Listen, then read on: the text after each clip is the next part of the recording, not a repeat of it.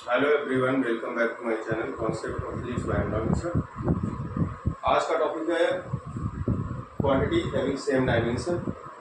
कई physical quantity हैं जिनकी डायमेंशन सेम रहती है।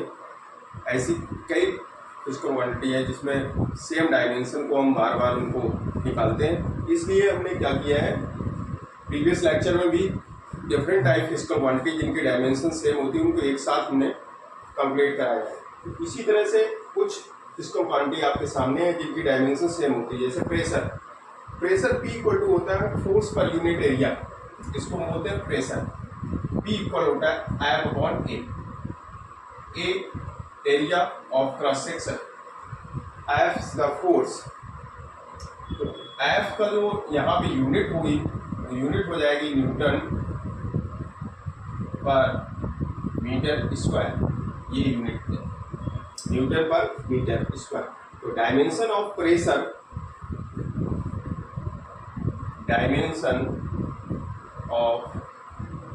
P इक्वल न्यूटन का न्यूटन लेक्चर हमने बताया था कि आपको न्यूटन और जूल की डायमेंशन याद रखनी है। न्यूटन की जो डायमेंशन होती है उसको हम लिखते हैं mLT-2 और जो जूल की डायमेंशन होती है उसको हम लिखते हैं mL² T-2।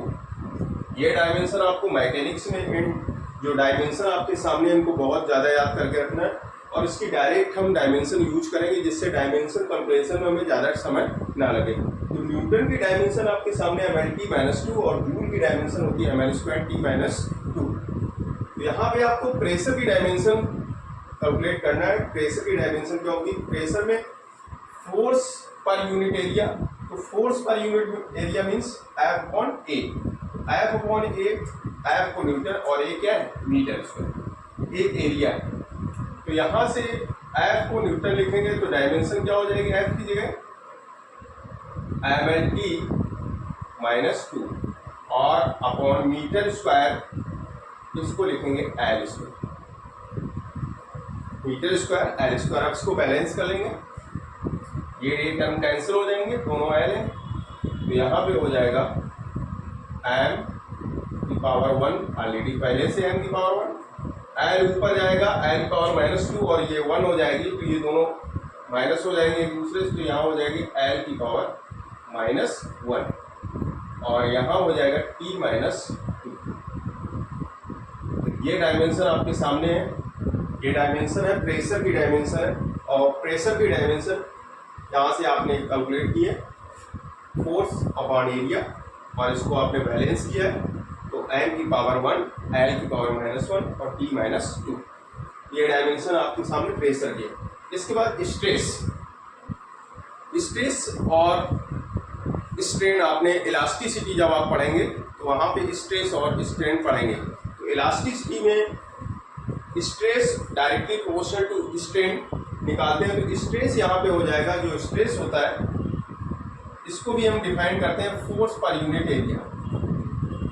Force per unit area. तो स्ट्रेस की भी डायमेंशन वही सेम डायमेंशन होगी, इसको भी लिखेंगे। इसका भी यूनिट जो हो जाएगी metre, Newton per metre square. तो डायमेंशन ऑफ स्ट्रेस न्यूटन को लिखेंगे वही mLT-2 अपॉन L स्क्वायर। तो इसकी डायमेंशन जो हो जाएगी m1 L-1 और T-2। ये डायमेंशन हो जाएगी स्ट्रेस। इसके बाद मॉडलाई जब हम पढ़ते हैं तो वहाँ पे different type of modulus, young modulus, bulk modulus और मॉडुलस ऑफ रिजिडिटी। तो यंग मॉडुलस जो होता है इसको हम y से रिप्रेजेंट करते हैं और जो मॉडुलस होते हैं वो रेशियो होते हैं स्ट्रेस और स्ट्रेन के। तो यहाँ पे stress upon strain, young modulus जो होता है वो longitudinal stress upon longitudinal strain, stress upon strain होता है ये रेशियो इसका यंग मॉडुलस का। तो यंग मॉडुलस में स्ट्रेन क्या होती है? जो एक्चुअल उसकी पोजीशन जो होती है, कोई भी बॉडी है उससे उसमें कितना डिफेक्ट आ गया तो उसका मेजरमेंट होता है, वो उसको बोलते हैं स्ट्रेन। तो स्ट्रेस यहाँ पे हो जाएगा F अपॉन A और किसी वायर में लॉन्गिट्यूडिनल स्ट्रेन होता है, इसलिए किसी वायर को आप खींच रहे हैं, उसकी पहले लेंथ रही होगी सपोज दैट एल, और अगर उसमें हमने फोर्स अप्लाई किया है तो उसमें स्मॉल एल इंक्रीज हो गई, तो वहाँ पे जो स्ट्रेन होती है एल अपॉन एक्चुअल लेंथ उसकी, ये इंक्रीजिंग लेंथ और ये हो जाएगी उसकी जो इनिशियली लेंथ थी जब आपने उस पर कोई भी वेट हैंग नहीं किया था उस समय, एल अपॉन एल। तो ये डायमेंशन लेस क्वांटिटी हो जाएंगी एल अपॉन एल, क्योंकि इसकी भी डायमेंशन एल की मीटर हो जाएगी और ये कैपिटल एल की भी मीटर हो जाएगी, तो मीटर अपॉन मीटर कैंसिल हो जाएंगे। तो यहाँ पे जो डायमेंशन आपको यहाँ पे मिलेगी, मतलब इसका जो फार्मूला मिलेगा वो मिल जाएगा newton per metre square, newton per metre square. तो newton per metre square upon metre, metre हो जाएंगे, तो मीटर मीटर दोनों कैंसिल, क्योंकि दोनों लेंथ है, ये दोनों कैंसिल हो जाएंगे, तो न्यूटन पर मीटर स्क्वायर हो जाएगी। तो dimension of Young modulus Y, Y की डायमेंशन हो जाएगी यहाँ पे भी एफ अपॉन ए का रेशियो है, इसलिए इसकी भी डायमेंशन हो जाएगी m1 l-1 और t-2, ये डायमेंशन इसकी भी होगी। इसके बाद आता है bulk modulus. Bulk modulus represented by के, जिसका जो फार्मूला होता है वॉल्यूमेट्रिक स्ट्रेन होता है इसमें, और परपेंडिकुलर स्ट्रेस होता है। तो परपेंडिकुलर स्ट्रेस जो होगा वो प्रेशर से डिफाइन करते हैं, P=F/A, और डेल्टा बी वॉल्यूमेट्रिक स्ट्रेन जो होता है V/V, change in volume upon initial volume in A gaseous system, pressure P/V into V। अब V के लिए डेल्टा V जो होगा इसका भी मीटर क्यूब यूनिट होगी, मीटर क्यूब, और यहाँ भी मीटर क्यूब हो जाएगी, तो मीटर क्यूब से मीटर क्यूब कैंसिल हो जाएगी। प्रेशर P की जो डायमेंशन होगी वही डायमेंशन हो जाएगी बल्क मॉडुलस की। तो बल्क मॉडुलस की डायमेंशन प्रेशर P के बराबर, तो यहाँ पे क्या होगा P=F/A होगा, तो यूनिट क्या हो जाएगी न्यूटन पर मीटर स्क्वायर। तो डायमेंशन ऑफ बल्क मॉडुलस के, इसकी भी सेम डायमेंशन होगी। आप समझ गए होंगे, जिस तरह से यहाँ लेंथ का रेशियो है उसी तरह से यहाँ वॉल्यूम का रेशियो है। लेंथ की यूनिट होती है मीटर मीटर, तो मीटर मीटर कैंसिल हो जाएंगे यंग मॉडुलस के केस में। In case of bulk modulus यहाँ पे भी वॉल्यूम का रेशियो रहता है, वॉल्यूम का जो यूनिट होती है मीटर क्यूब और मीटर क्यूब, ये दोनों कैंसिल हो जाएंगे। तो bulk modulus mostly depend on pressure, means perpendicular force per unit area. P=K=-P, P यहाँ पे माइनस ये रिप्रेजेंट करता है कि वॉल्यूम जो चेंज हो रहा है उसके लिए, ये यहाँ पे माइनस इसकी राशि डेल्टा V/V के लिए माइनस हमने यहाँ शो किया है। तो यहाँ पे आ जाएगा, इसकी डायमेंशन हो जाएगी, आप लिखेंगे न्यूटन को क्या लिखते हैं mlt-2 upon L square, balance करेंगे तो इसकी भी डायमेंशन हो जाएगी m1 l-1 और t-2। इसके बाद आता है सेकेंड है modulus of rigidity, it is represented by eta, modulus of rigidity eta equal, यहाँ पे क्या होता है फोर्स टेंजेंशियल स्ट्रेस होता है। टेंजेंशियल स्ट्रेस, जैसे कोई क्यूबिक बॉडी है उसके किसी एक सरफेस को आपने क्या किया, डिस्प्लेस किया है स्मॉल फोर्स से, तो टेंजेंशियल स्ट्रेस होता है अपॉन टेंजेंशियल स्ट्रेन होता है, इसको फाई से रिप्रेजेंट करते हैं। टेंजेंशियल स्ट्रेन जो होता है फाई होता है एक्स अपॉन एल, एक्स होता है इसका डिस्प्लेसमेंट, एल है उसकी actual length, x upon L, ये इसका फार्मूला होता है। तो यहाँ पे भी एक्स क्या है मीटर, एल क्या है मीटर, ये दोनों कैंसिल हो जाएंगे, इसलिए जो स्ट्रेन होगी वो डायमेंशन लेस क्वांटिटी है। आप ये याद रखेंगे, केवल आपको डायमेंशन कैलकुलेट करना है स्ट्रेस से। तो आपके सामने फिर से वही F/A का रेशियो है, F/A का रेशियो है। तो यहाँ पे जो डायमेंशन, इसका यूनिट हो जाएगी Newton per metre square, newton per metre square, और यहाँ से आपने डायमेंशन जो कैलकुलेट करेंगे, dimension of modulus of rigidity eta equal m1 l-1 और t-2, ये डायमेंशन आपके सामने सभी। तो आपने यहाँ पे प्रेशर की डायमेंशन देखा, सिमिलरली स्ट्रेस के लिए यंग मॉडुलस और bulk modulus, modulus of rigidity में एक कॉमन टर्म आपके सामने स्ट्रेन। यहाँ पे लॉन्गिट्यूडिनल स्ट्रेन है, वॉल्यूमेट्रिक स्ट्रेन है और ये टेंजेंशियल। ठीक है, तो स्ट्रेन डायमेंशन लेस क्वांटिटी है, सिमिलर क्वांटिटी का रेशियो होता है, इसलिए स्ट्रेन की जगह हमें कोई भी यूनिट यूज नहीं करना है और ना ही उसमें डायमेंशन। यूनिट नहीं होगी तो डायमेंशन नहीं होगी। तो यहाँ पे जो स्ट्रेस है, स्ट्रेस के अकॉर्डिंग निकाली, यहाँ पे भी स्ट्रेस, ये परपेंडिकुलर स्ट्रेस है, स्ट्रेस यहाँ पे आपने कैलकुलेट की प्रेशर के अकॉर्डिंग, और ये टेंजेंशियल स्ट्रेस है, ईटा से आपने डायमेंशन कैलकुलेट की। दो मॉडुलाई जितनी भी है, यंग मॉडुलस, बल्क मॉडुलस और मॉडुलस ऑफ रिजिडिटी, आपको कोई कंफ्यूजन नहीं होना चाहिए कि किसी भी मॉडुलाई हो उसकी डायमेंशन प्रेशर के डायमेंशन के बराबर होती है। एक इसकी डायमेंशन और रह गई है, उसको हम बोलते हैं सेकंड इसकी डायमेंशन जो होती है उसको हम कहते हैं एनर्जी डेंसिटी। एनर्जी डेंसिटी उसकी डायमेंशन आप और कैलकुलेट कर लीजिए, 6 पॉइंट है। एनर्जी डेंसिटी, इसकी भी डायमेंशन सिमिलरिटी, बिल्कुल सिमिलर प्रेशर की तरह डायमेंशन होगी। Energy density, energy per unit volume, it is known as energy density, potential energy upon we,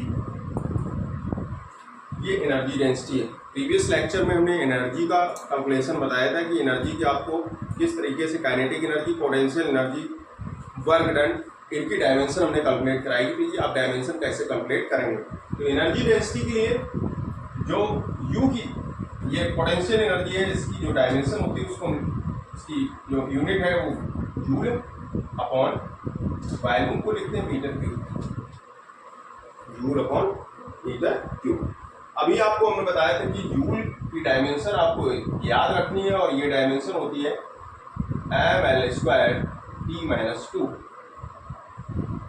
T-2, और न्यूटन को लिखते हैं तो न्यूटन की डायमेंशन होती है उसको हम लिखेंगे mL/-2। ये दो डायमेंशन आपको मेमोराइज रखना है, तो इनको डायरेक्ट आप यूज कर सकते हो, बहुत टाइम आपका बच जाएगा। तो यहाँ पे इसकी dimension of energy density U/V, joule को लिखेंगे mL² T-2 अपॉन, यहाँ हो जाएगा L3, mL² T-2 और L3, सभी को स्क्वायर ब्रैकेट में बंद कर दो, बैलेंस कर लो इसको, तो क्या हो जाएगा, यहाँ L3 है और यहाँ L² है। जब इसको ऊपर ले जाएंगे तो L की पावर -3, तो 2 - 3 हो जाएगा -1, तो यहाँ हो जाएगा m1 L -1 2 - 3 T-2। जहाँ जब L को ऊपर ले जाएंगे तो L² ऑलरेडी है, L -3 जाएगा तो यहाँ हो जाएगा L2 - 3, तो यहाँ पे बचेगा L -1, L -1 का यहाँ पे यूज किया है। ठीक है, m1 L -1 T-2, ये 6 फिजिकल क्वांटिटी आपके सामने है, सभी की डायमेंशन m1 L -1 T-2 आपके सामने है, सभी फिजिकल क्वांटिटी की डायमेंशन क्या है, सेम। तो ये सभी फिजिकल क्वांटिटी आप एक साथ लिख लें और इसका स्क्रीनशॉट ले लें। नेक्स्ट फिजिकल क्वांटिटी है मोमेंटम, जिसको हम बोलते हैं संवेग, इम्पल्स, आवेग। तो यहाँ पे मोमेंटम की जो डायमेंशन होगी वही इम्पल्स की डायमेंशन होगी, ये दोनों डायमेंशन सेम होती है। मोमेंटम क्या है, mass into velocity, according to Newton second law. जब rate of change of momentum equal to force होता है, तो वहाँ पे जब मोमेंटम आप कैलकुलेट करते हैं तो मोमेंटम क्या है, P = mv। यूनिट क्या हो जाएगी इसकी, यूनिट ऑफ मोमेंटम P, इसको लिखेंगे किलोग्राम मास को, और वेलोसिटी हो जाएगी मीटर पर सेकेंड, क्योंकि v को लिखते हैं x/t या dx/dt, dt time, dx/dt, dx इसका डिस्प्लेसमेंट अपॉन टाइम, ये वेलोसिटी है इसकी। तो तो यहाँ पे किलोग्राम मीटर पर सेकेंड। अब इसके आपको डायमेंशन कंप्लीट करना है। Dimension of momentum P, dimension इसकी क्या होगी, किलोग्राम को आप क्या लिखते हैं, एम से रिप्रेजेंट करते हैं, मास होता है, और ये हो जाएगा एल मीटर को अपॉन टी सेकेंड। तो यहाँ पे डायमेंशन हो जाएगी इसकी, dimension of P M1 L1 T minus 1, ये डायमेंशन आपके सामने है मोमेंटम। इम्पल्स क्या होता है, change of momentum in instant time. Instant time के लिए जो चेंज होता है मोमेंटम में, उसी को बोलते हैं इम्पल्स। इसका जो फार्मूला होता है F इंटू डेल्टा टी। मतलब इंस्टेंट टाइम में जो भी फोर्स अप्लाई होता है उसको इम्पल्स से डिफाइन करते हैं। कोई बॉडी कोलाइड करती है, कोलिजन होता है बहुत ही थोड़े समय के लिए, जो कम टाइम इंस्टेंटेनियस टाइम है, उसमें जो फोर्स अप्लाई होता है तो वो सब इम्पल्स है। जितनी भी एक्सीडेंटल बॉडी होती है वो सब इम्पल्स से डिफाइन। उनमें जो फोर्स अप्लाई होता है वो बहुत ही ज़्यादा होता है, उसको फोर्स की वैल्यू उसको इम्पल्स से डिफाइन करते हैं। जैसे किसी बॉल को हम हिट कर रहे हैं और दीवार में जहाँ पे टकराएगी जाके, जो कोलाइड करेगी इस बॉल से, तो वो यहाँ से टकराने के बाद में, जैसे ये बॉल है इस तरह से दीवार में, ये इसको हमने क्या दिया, मोमेंटम दिया, मास एम की बॉडी है, तो यहाँ से टकराने के बाद जब ये रिफ्लेक्ट होगी, इस बॉल के द्वारा जो इस पे फोर्स अप्लाई हो रहा है instant time means delta T time में, जो इस पे फोर्स अप्लाई हो रहा है वो इम्पल्स से डिफाइन होता है। तो इसको हम बोलते हैं I equal to P into delta T. इसी को चेंज ऑफ मोमेंटम भी बोलते हैं। Change of momentum in instantaneous time, it is known as impulse. अब आपको क्या यहाँ पे चाहिए, यहाँ पे आपको डायमेंशन कैलकुलेट करना है। तो डायमेंशन ऑफ, एक तो यहाँ पे यूनिट होगी प्रेशर की, जो इसकी मोमेंटम की जो यूनिट होगी उसी यूनिट के बराबर होगी, लेकिन आप यहाँ से भी कैलकुलेट कर सकते हैं। फोर्स को क्या लिखेंगे, न्यूटन, और टाइम के लिए क्या हो जाएगा, सेकेंड, न्यूटन सेकेंड। यहाँ से आप कैलकुलेट कर सकते हैं।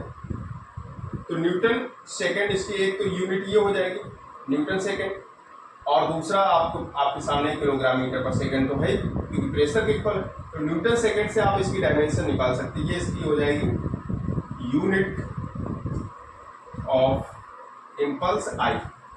इम्पल्स आई की यूनिट है Newton second. Force into delta t, it is known as impulse. Change of momentum in instantaneous time known as impulse. तो यहाँ पे न्यूटन सेकेंड। अब आपको डायमेंशन कंप्लीट करनी है। इसकी dimension of impulse I, Newton की डायमेंशन आपको हमने कहा था, न्यूटन की डायमेंशन आपको याद रखनी है। क्या होती है, फोर्स की जो डायमेंशन होती है वही न्यूटन होता है। न्यूटन यूनिट किसकी है, फोर्स की। तो ये डायमेंशन होती है MLT माइनस 2, MLT माइनस 2। तो यहाँ पे डायमेंशन हो जाएगी, और सेकंड को क्या लिखेंगे, T की पावर 1 हो जाएगा, ले लेते हैं 1। अब यहाँ से डायमेंशन ऑफ I बैलेंस करेंगे तो m की पावर 1 या 1 ही पावर L1 और T माइनस 2 प्लस 1, ठीक है, बेस इक्वल है तो इनके जो पावर होगी वो एड हो जाएंगे। -2 + 1, -2 + 1 हो जाएगा तो क्या हो जाएगा, -1। तो डायमेंशन आपके सामने मोमेंटम और इम्पल्स की डायमेंशन दोनों की सेम डायमेंशन है, M1 L1 T माइनस 1 आपके सामने डायमेंशन। तो हमने क्या लिखा है, जो हमारी हेडिंग है, क्वांटिटी हैविंग सेम डायमेंशन। तो डिफरेंट फिजिकल क्वांटिटी के डायमेंशन को आपको एक साथ में डायमेंशन सबकी बताना है। तो यहाँ पे अभी तक हम काफ़ी फिजिकल क्वांटिटी को कैलकुलेट कर चुके हैं, जिसमें प्रीवियस लेक्चर भी हमने कैलकुलेट किया है, तो आप जरूर उसको देखें। यहाँ पे इसका स्क्रीनशॉट ले लें। सेकंड फिजिकल क्वांटिटी है acceleration due to gravity small g और ग्रेविटेशनल इंटेंसिटी I। ये दोनों फिजिकल क्वांटिटी जिनकी डायमेंशन सेम। ग्रेविटेशनल कांस्टेंट की जो वैल्यू होती है 6.67 × 10⁻11 newton metre square per kilogram square. Gravitational constant की डायमेंशन यहाँ पे आप कैलकुलेट कर लेंगे। यहाँ पे आपको कैलकुलेट करना है acceleration due to gravity small g की डायमेंशन। तो सबसे पहले स्मॉल जी की डायमेंशन कैलकुलेट करने से पहले आपको स्मॉल जी का फार्मूला आना चाहिए। आप भूल गए हैं फार्मूला तो उसको बिल्कुल भूल जाएंगे, कोई दिक्कत नहीं उससे। यहाँ से आप फोर्स कैलकुलेट कर सकते हैं। फोर्स क्या होता है? mg। यहाँ कैलकुलेट कर सकते हैं m इंटू जी। इस मास पार्टिकल जिसका मास m है और gravitational acceleration due to gravity g। और ग्रेविटेशनल फोर्स की जो वैल्यू होती है वो होती है g कैपिटल M, जिस प्लैनेट के द्वारा फोर्स अप्लाई किया जा रहा है, जिस बॉडी भी किया जा रहा है उसकी स्मॉल m, उसका mass small m upon r square. ये वैल्यू किसकी है? इस जो ये ग्रेविटेशनल फोर्स है एफ की वैल्यू है Gmm upon r square, equal हो जाएगा mg। m से m कैंसिल हो जाएगा तो g का फार्मूला आ जाएगा Gm upon r square, Gm upon r square.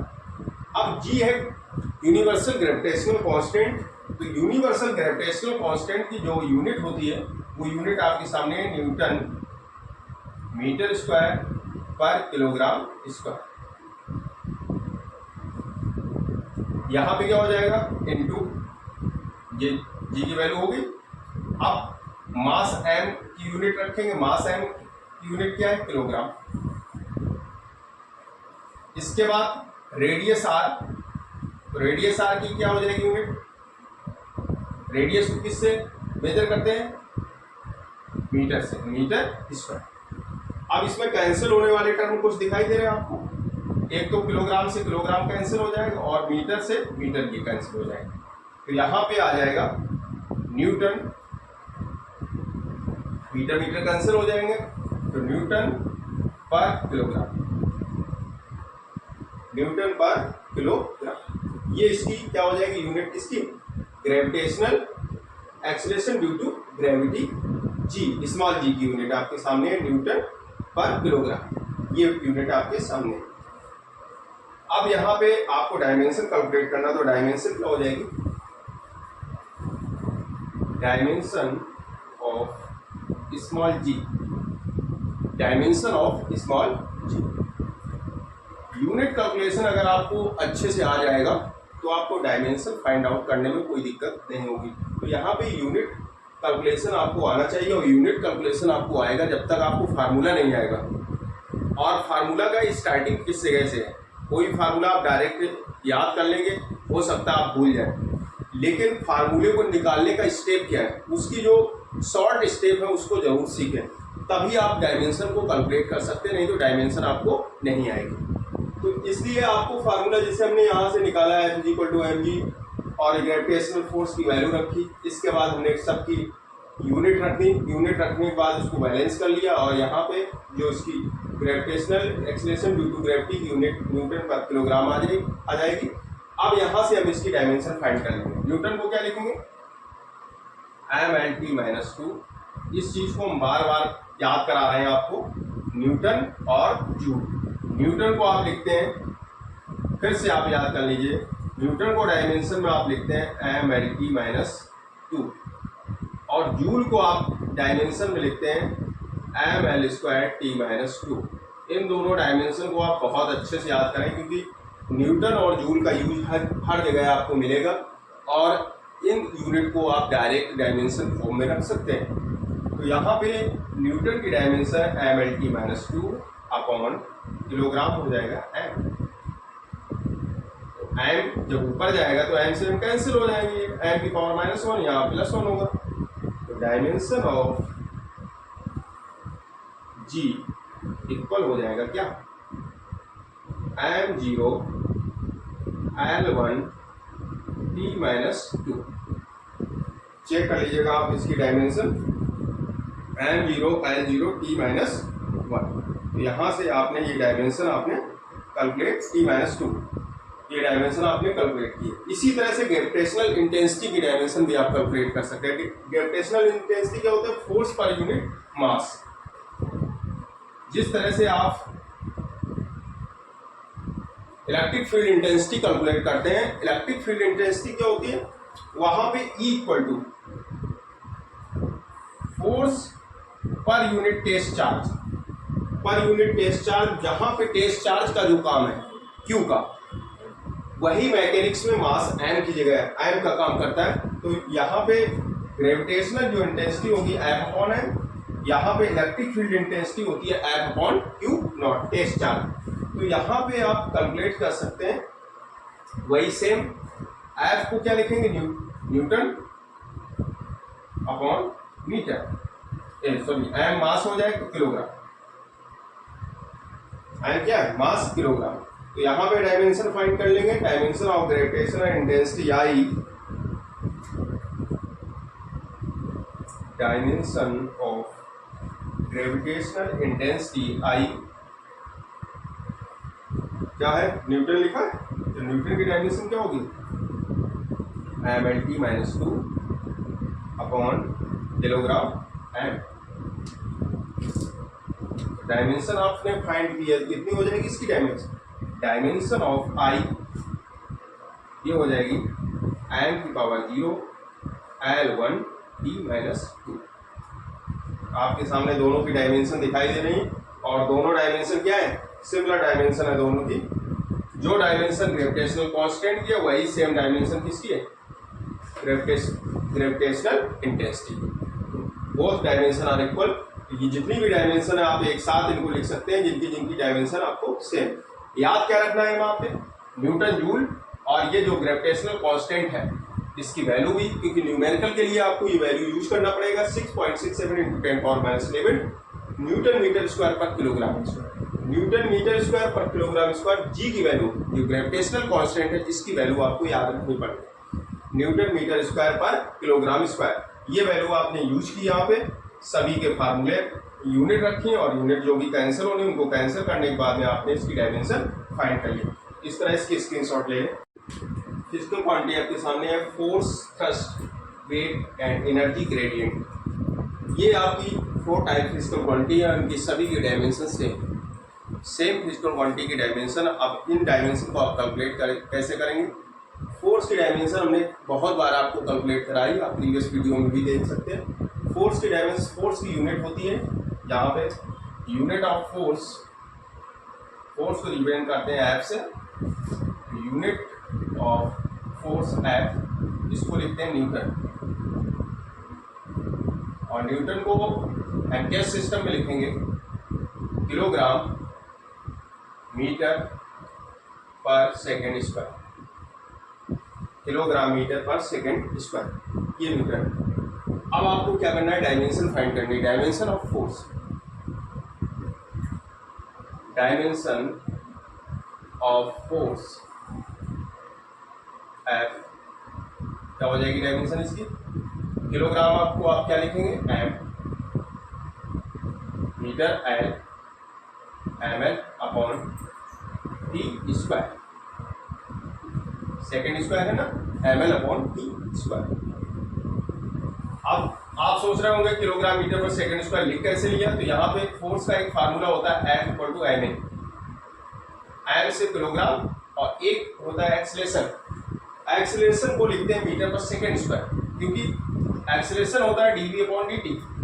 Acceleration को क्या लिखते हैं, a इक्वल टू लिखते हैं dv upon dt, dv upon dt। v को लिखेंगे मीटर पर सेकेंड अपॉन सेकेंड, तो इसकी यूनिट हो जाएगी मीटर पर सेकेंड स्क्वायर। तो मास हो गया किलोग्राम, और इसका एक्सीलरेशन है, जो एक्सीलरेशन आपने कैलकुलेट किया तो वो एक्सीलरेशन हो जाएगा मीटर पर सेकेंड स्क्वायर। तो मीटर पर सेकेंड स्क्वायर से यहाँ से आपने एक्सीलरेशन कैलकुलेट। इस तरह से आप डायमेंशन फाइंड आउट कर सकते हैं। यहाँ पे किलोग्राम मीटर को हम लिखेंगे ml, अपॉन सेकेंड स्क्वायर को क्या लिखेंगे, t स्क्वायर। तो इसकी डायमेंशन ऑफ फोर्स हो जाएगी, इसको बैलेंस कर लेंगे, तो dimension of force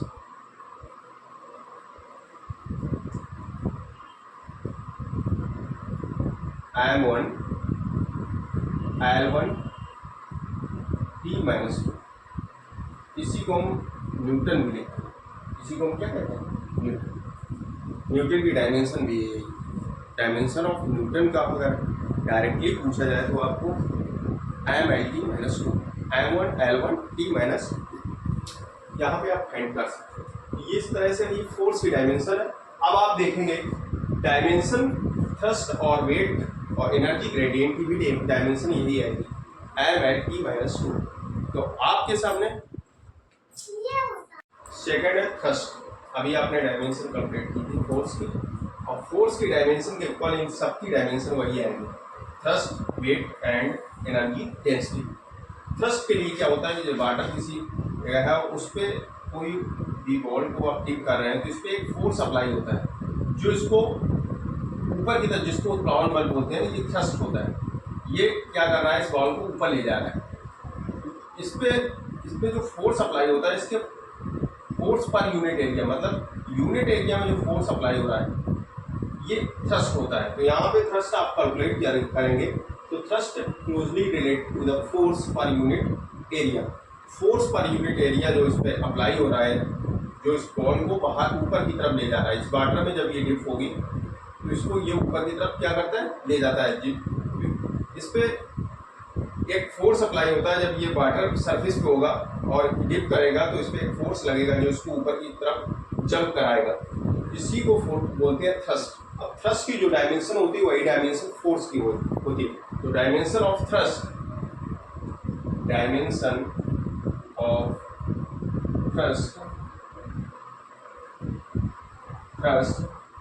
equal dimension of force means m1 l1 t minus. तो थ्रस्ट की डायमेंशन आपको याद रखनी, डायमेंशन फोर्स के डायमेंशन के इक्वल होती है। इसके बाद डायमेंशन ऑफ वेट, वेट को रिप्रेजेंट करते हैं w equal to mg। g है एक्सेलरेशन ड्यू टू ग्रेविटी, और यूनिट हो जाएगी इसकी, यूनिट ऑफ वेट w, इसकी यूनिट होगी m होगा किलोग्राम, m को लिखेंगे क्या, किलोग्राम, और g को लिखते हैं Newton per kilogram, kilogram Newton per kilogram. तो किलोग्राम न्यूटन पर किलोग्राम जो होगा, किलोग्राम से किलोग्राम कैंसिल हो जाएंगे तो वेट की जो यूनिट हो जाएगी वो किसके इक्वल हो जाएगी, न्यूटन के। एन मीन्स न्यूटन, और न्यूटन की डायमेंशन आपके सामने है। तो डायमेंशन ऑफ वेट w की जो डायमेंशन हो जाएगी, तो न्यूटन की डायमेंशन क्या लिखते हैं, mlt माइनस टू। तो mlt माइनस टू होगी, तो वही डायमेंशन ऑफ वेट होगी m1 l1 t minus. Dimension सभी के डायमेंशन आपने थ्रस्ट, फोर्स और वेट को देख लिया। इसके बाद एनर्जी ग्रेडियंट जो यूज होता है, potential gradient, energy gradient, velocity gradient. Gradient जहाँ पे टर्म यूज होता है वहाँ पे आप क्या करते हैं, जैसे एनर्जी है और ग्रेडियंट यूज हो रहा है तो ग्रेडियंट पे क्या करते हैं, एनर्जी से डिस्टेंस को डिवाइड कर लेते हैं। तो यहाँ पे एनर्जी जो ग्रेडियंट हो जाएगा वो d/dx हो जाएगा, d/dx। तो यहाँ पे e क्या है, एनर्जी का जो यूनिट होती है जूल पर मीटर, डिस्टेंस की क्या होगी, मीटर, जूल पर मीटर। तो एनर्जी ग्रेडियंट जो इसको हम रिप्रेजेंट करते हैं Eg से, एनर्जी ग्रेडियंट Eg, इस Eg की आपको क्या करना है, डायमेंशन कंप्लीट करना है। तो dimension of energy gradient, dimension of Eg, energy gradient क्या हो जाएगी डायमेंशन, आपको बताया था जूल की डायमेंशन को हम क्या लिखते हैं, जो जूल होता है इसकी डायमेंशन क्या होती है, ml² t minus to. Joule की डायमेंशन क्या होती है, इसको अगर डायमेंशनल फार्मूले में लिखेंगे, प्रीवियस लेक्चर में हमने कंप्लीट कराया, आप वहाँ पे जाके वीडियो देख सकते हैं। ml² t माइनस टू, ये होती है डायमेंशन किसकी, जूल की। तो जूल की डायमेंशन आप यूज करेंगे ml² t minus two upon n क्या है, मीटर, डिस्टेंस, तो यहाँ पे हो जाएगा n। तो dimensional formula of Eg, gravitational constant equal m1, देखो l1 है ना, इसको ऊपर ले जाएंगे तो इससे माइनस हो जाएगा, तो यहाँ पे केवल बचेगा l1, 2 - 1 1, T माइनस टू। तो देख सकते हैं आप 4 फिजिकल क्वांटिटी आपके सामने है, force, thrust, weight and energy gradient, सबकी डायमेंशन क्या है, सिमिलर। और वो डायमेंशन है कितनी, mlt minus two, m1 l1 t minus two. इस तरह से अगर आप नोट्स अपने तैयार करेंगे, सभी फिजिकल क्वांटिटी को, जितनी भी सिमिलर टाइप की फिजिकल क्वांटिटी है उनको एक साथ अगर रखेंगे तो आपको डायमेंशनल फार्मूला लिखने में कभी कोई प्रॉब्लम नहीं आएगी। किसी एक की डायमेंशन आप याद करेंगे और सभी डायमेंशन आपके सामने होंगे। इस तरह से इसका स्क्रीनशॉट ले लें। फिजिकल क्वांटिटी आपके सामने, angular momentum and Planck constant. Angular momentum और प्लांक कांस्टेंट की भी डायमेंशन सेम होती है। क्वांटिटी है भी सेम डायमेंशन, मतलब इन दोनों क्वांटिटी की डायमेंशन सेम होती है। अब आपको कैलकुलेट करना किस तरीके से डायमेंशन कैलकुलेट करेंगे एंगुलर मोमेंटम की, तो उसको कैलकुलेट करना आपको बताएं।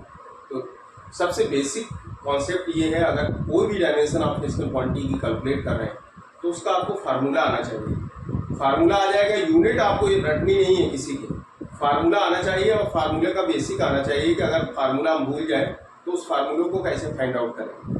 तो यहाँ पे जो एंगुलर मोमेंटम होता है वो होता है r क्रॉस p। p क्या है, p को हम बोलते हैं मोमेंटम। p क्या होता है, मोमेंटम। ये मोमेंटम p।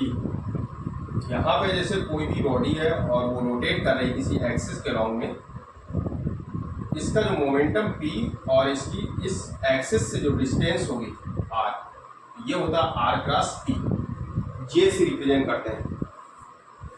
और इसका जनरल फार्मूला ये भी हो जाता है, इन दोनों के बीच 90 डिग्री का एंगल बन रहा है, तो इसको हम लिखेंगे पी आर, और p को लिखते हैं क्या, M B. Momentum p equal to होता है एम बी। तो यहाँ पे जो फार्मूला बन जाएगा M B R. Angular momentum को फार्मूला क्या होता है, एम बी आर। एम क्या है यहाँ पे, मास। मास की यूनिट क्या होती है, किलोग्राम। वी वेलोसिटी, वेलोसिटी की यूनिट क्या होती है, मीटर पर सेकेंड। और आर रेडियस है, रेडियस को मीटर से मेजर करते हैं। ये अब इनको एक कंबाइंड डायमेंशन इसकी यूनिट लिखेंगे, यूनिट ऑफ एंगुलर मोमेंटम जे है। जे की यूनिट आप कैलकुलेट करेंगे तो क्या हो जाएगी, kilogram. Metre into metre, metre square upon second. ठीक है। अब इसका डायमेंशनल फार्मूला क्या होगा, dimension of J. Angular momentum की डायमेंशन फाइंड करना है। तो यहाँ पे किलोग्राम क्या है, किलोग्राम की डायमेंशन में क्या लिखेंगे, एम। एम स्क्वायर को L square upon T, T1 M1। ठीक है, बैलेंस कर लेंगे तो यहाँ पे क्या हो जाएगा, dimension of J M1 L2 T minus. किसी भी फार्मूले में डायमेंशन फाइंड आउट करने में अगर आपको कोई प्रॉब्लम आ रही तो आप कमेंट जरूर करेंगे, तो कमेंट में आपको हम डिस्कस करके, या किसी फिजिकल क्वांटिटी का आपको डायमेंशन फाइंड करने में प्रॉब्लम आ रही है तो आप कमेंट करके जरूर बताएंगे कि उसको हम डिस्कस कर देंगे आपको नेक्स्ट वीडियो में। तो यहाँ पे J इक्वल टू हो जाएगा M1 L2 T माइनस 1। तो यहाँ पे आपने डायमेंशन फाइंड आउट की। इसके बाद डायमेंशन आपको फाइंड करनी है किसकी, प्लैंक कांस्टेंट की। इस प्लैंक कांस्टेंट की डायमेंशन क्या, तो ये डायमेंशन इस एंगुलर मोमेंटम की जो डायमेंशन है उसके इक्वल होगी। मतलब M1 L2 और T माइनस 1 इस डायमेंशन को इक्वल होनी चाहिए। प्लैंक कांस्टेंट का आप यूज किस जगह पे करते हैं, आप फार्मूला यूज देखेंगे, वहां पे फोटॉन एनर्जी जब कैलकुलेट करते थे तो फोटॉन एनर्जी होती है equal to H nu. Nu frequency है, न्यू क्या है, फ्रीक्वेंसी, और ई क्या है, energy, energy of photon. Photon एक बंडल जो पैकेट होता है उसका फोटान एनर्जी डिस्क्रीट फॉर्म होता है एनर्जी का, और इस एनर्जी का जो फॉर्म होता है वो h2 टू h के फॉर्म में होता है, डॉट डॉट NH। तो यहाँ पे एनर्जी इक्वल टू h। अब आपको h यहाँ पे प्लैंक कांस्टेंट है, h क्या है? Planck constant. इस प्लैंक कांस्टेंट की वैल्यू आपको फाइंड करना है, मतलब इसकी यूनिट फाइंड करना है। तो प्लैंक कांस्टेंट की unit of Planck constant h बहुत इंपॉर्टेंट है। इसकी डायमेंशन बहुत ज़्यादा एग्जाम में पूछी जाती है, प्लैंक कांस्टेंट की डायमेंशन। तो यहाँ पे यूनिट ऑफ प्लैंक कांस्टेंट यहाँ पे आ जाएगी यूनिट क्या? E अपॉन न्यू हो जाएगा फार्मूले में, E अपॉन न्यू। E को लिखते हैं जूल, E क्या हो जाएगा? जूल, क्योंकि एनर्जी की डायमेंशन जो यूनिट होती है वो जूल होती है। और इसको लिखेंगे पर सेकेंड, मतलब 1 अपॉन सेकेंड या सेकेंड इनवर्स, 1 अपॉन सेकेंड या सेकेंड इनवर्स बोलते हैं इसको। तो यहाँ पे हो जाएगा जूल सेकेंड, यूनिट क्या हो जाएगी? Joule second. फ्रेमिंग चेक करें, जूल सेकेंड, यूनिट हो जाएगी जूल सेकेंड। तो यहाँ पे हो जाएगा डायमेंशन ऑफ H, जूल की डायमेंशन अभी आपको हमने बताया था। जूल का डायमेंशनल फार्मूला क्या होता है? डायमेंशनल फार्मूला ऑफ जूल, ये आपको याद रखना है, ml² T - 2, ml² T - 2। तो डायमेंशनल फार्मूला जूल का कितना हो जाएगा? ml² T - 2, और सेकंड को लिखेंगे T, सेकंड को क्या लिख देंगे? T। तो यहाँ पे डायमेंशनल फार्मूला इसका हो जाएगा क्या? ml T - 1, ml² T - ml² T - 2। ये डायमेंशनल फार्मूला आप देख सकते हैं। डायमेंशन जो एंगुलर मोमेंटम की डायमेंशन है वही प्लैंक कांस्टेंट की है। अपने दिमाग में रखें कि प्लैंक कांस्टेंट की जो डायमेंशन होती है, ये जो डायमेंशन आपने फाइंड की है, इस प्लैंक कांस्टेंट की डायमेंशन इस एंगुलर मोमेंटम की डायमेंशन से टैली कर रहे हैं। दोनों की डायमेंशन सेम है। अगर आप कोई भी डायमेंशन इससे भूल जाते हैं, लेकिन अगर आपको फिजिकल क्वांटिटी दिमाग में है कि हमने पढ़ा था एंगुलर मोमेंटम और प्लैंक कांस्टेंट की जो डायमेंशन होती है वो दोनों सिमिलर डायमेंशन होती है, तो किसी एक फिजिकल क्वांटिटी का अगर डायमेंशन आप फाइंड कर लेते हैं तो दोनों की डायमेंशन आपके सामने। किसी तरह की कोई प्रॉब्लम आती है तो आप कमेंट में जरूर इसको लिखें, इसका स्क्रीनशॉट ले लें। इसके बाद फिजिकल क्वांटिटी आपके सामने है, latent heat and gravitational potential, इनकी डायमेंशन फाइंड करना और दोनों की डायमेंशन क्या होगी? सेम होगी। हीट Q इक्वल टू होता है ml, Q equal ml। M क्या है? Mass of the body. And latent heat है, तो लेटेंट हीट जो L इक्वल टू होता है वो Q upon M। Unit of latent heat, इसको यूनिट हो जाएगी, Q को हम लिखते हैं जूल पर किलोग्राम, ये यूनिट हो जाएगी। Unit of latent heat joule पर किलोग्राम। लेटेंट हीट को जो हम रिप्रेजेंट करते हैं L से। लेटेंट हीट है क्या? जब स्टेट चेंज होती है, आइस से वेपर में, आइस से वाटर और वाटर से वेपर में चेंज होता है, तो वहाँ पे लेटेंट हीट का कॉन्सेप्ट आता है। तो latent heat L equal to Q upon M और Q जूल पर किलोग्राम। अब आपको डायमेंशन फाइंड करना है, dimension of latent heat L, joule की डायमेंशन हो जाएगी ml² T - 2 upon M। Balance करेंगे तो इसकी डायमेंशन हो जाएगी, m कैंसिल हो जाएंगे तो m की पावर 0 L2 T - 2। ये डायमेंशन आपके सामने, लेटेंट हीट की डायमेंशन L0 L² T - 2। इसके बाद आता है ग्रेविटेशनल पोटेंशियल। ग्रेविटेशनल पोटेंशियल की डायमेंशन आपको फाइंड करनी, तो ग्रेविटेशनल पोटेंशियल को रिप्रेजेंट करते हैं V से। V जो इक्वल टू होता है -W अपॉन M। जैसे इलेक्ट्रिक पोटेंशियल आप कैलकुलेट करते हो, इलेक्ट्रिक पोटेंशियल में V इक्वल टू निकालते हैं वहाँ पे W अपॉन क्यू होता है। इलेक्ट्रिक पोटेंशियल के लिए V is equal to W upon Q naught test charge लेते हैं, तो ये क्यू नॉट। इसी तरह से यहाँ पे मैकेनिक्स के लिए आप निकालते हैं W अपॉन एम। अब W की यूनिट क्या होती है? जूल। एम का किलोग्राम आप लिखते हैं। तो dimension of gravitational potential, dimensional formula of V कितना हो जाएगा? जूल को क्या लिखेंगे? ml square T minus 2 upon M. Kilogram को m लिखेंगे ना, तो डायमेंशनल फार्मूला इसका हो जाएगा, m से m कैंसिल हो जाएगा, तो यहाँ पर बनना आएगा m0 L2 T माइनस, ये डायमेंशनल फार्मूला। तो दोनों के डायमेंशनल फार्मूले आपके सामने हैं। L0 m0 L square T minus 2, ये दोनों सिमिलर डायमेंशनल फार्मूले। मतलब आपको लेटेंट हीट और ग्रेविटेशनल पोटेंशियल अगर फार्मूला फाइंड आउट करना है तो ये दोनों फार्मूले जो होंगे वो सिमिलर होंगे। इसी तरह से आप सरफेस टेंशन का निकाल सकते हैं। सरफेस टेंशन और सरफेस एनर्जी,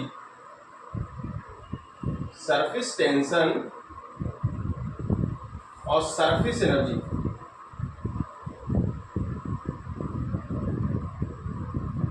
सरफेस एनर्जी, इन दोनों के बीच डायमेंशनल फार्मूले सेम होते हैं। सरफेस टेंशन क्या होता है? फोर्स पर यूनिट लेंथ, इसको टी से रिप्रेजेंट करते हैं F अपॉन L। और सरफेस एनर्जी जो होता है, यहाँ पे energy per unit area means E upon A, per unit area भी यहाँ पे कैलकुलेट करते हैं। तो इस जगह पे E क्या है? जूल, और A क्या है? मीटर स्क्वायर, और यहाँ पे क्या हो जाएगा? Newton per metre, Newton per metre. अब डायमेंशनल फार्मूला अगर सरफेस का कैलकुलेट करना है तो डायमेंशनल फार्मूला आप T, इसका कितना हो जाएगा? ml स्क्वायर T माइनस 2 होगा, ml T minus 2 upon m, m से m कैंसिल हो जाएगा, तो l ये क्या है? मीटर, तो यहाँ हो जाएगा ml T minus 2 upon L, तो ये L से L कैंसिल होगा, तो m1 L0 T माइनस 2 हो जाएगा। एक तो ये डायमेंशनल फार्मूला हो गया सरफेस टेंशन के लिए।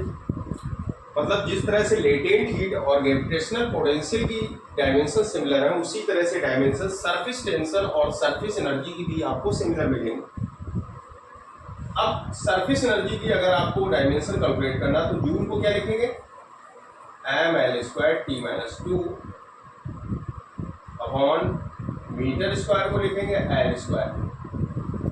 इसकी भी डायमेंशन आपके सामने है, m1 L0 T माइनस 2।